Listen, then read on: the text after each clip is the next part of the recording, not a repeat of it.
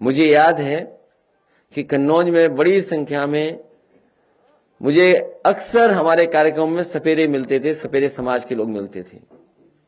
और पता नहीं क्यों सपेरे समाज के लोगों से हम समाजवादियों का लगाव रहा है।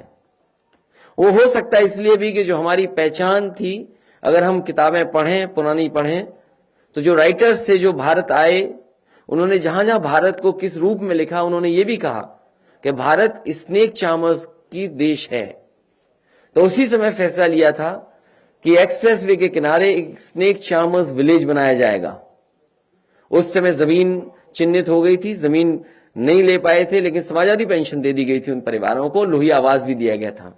लेकिन पुणे जब सरकार बनेगी तो एक्सप्रेसवे के किनारे स्नेक चार्मर्स विलेज बनेगा। साथ ही साथ ऐसे परिवार जो ऐसे गरीब, जिनकी जातियों के नाम पे ही गरीबी दिखाई देती है, जात के आधार पे ही बहुत गरीब है, उन परिवारों को 100% समाजवादी पेंशन से जोड़ने का काम समाजवादी सरकार में होगा। एक बार फिर मैं प्रेस के लोगों का धन्यवाद देता हूं और दोबारा कहता हूं कि समाजवादी पेंशन योजना शुरू होगी। इस बार 6,000 साल नहीं मिलेगा, इस बार 18,000 रुपए साल मिलेगा। और मैं अपने ऑपरेटरों से कहूंगा कि अगर पुराना एड उन्हें मिल गया हो, क्योंकि प्रेस में उस एड से शुरू करना चाहता था, वो एड जरूर चलाएं और उसके बाद प्रेस। साल के 6,000 और महीने के 500, ये सिर्फ रुपए नहीं है। किसी मजबूर बेसहारा के घर में इन्हीं से रोटी की खुशबू है आई, और कभी यही बन जाते हैं दवाई।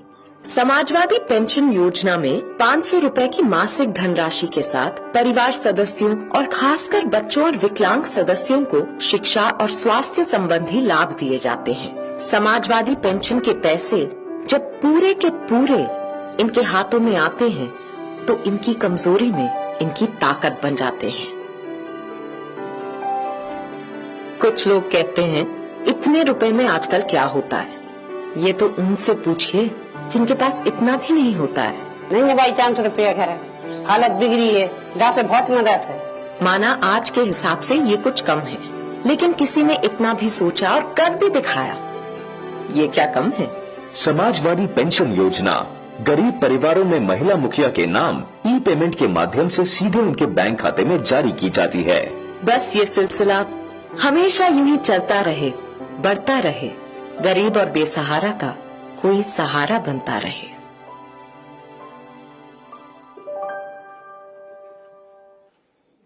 इस एड के माध्यम से ये भी मैं बताना चाहता था कि सबसे ज्यादा अकाउंट अगर किसी ने उत्तर प्रदेश में खुलवाए थे तो समाजवादी सरकार ने। साथ ही साथ सबसे ज्यादा ब्रांचेस बैंकों की अगर किसी ने खुलवाई थी तो समाजवादी सरकार में। और सबसे पहले सबसे ज्यादा डीबीटी सिस्टम से अकाउंट में सीधा पैसा पहुंचाने का काम भी समाजवादी सरकार में हुआ है। लेकिन झूठों से कैसे मुकाबला करें, ये सबसे बड़ा सवाल है।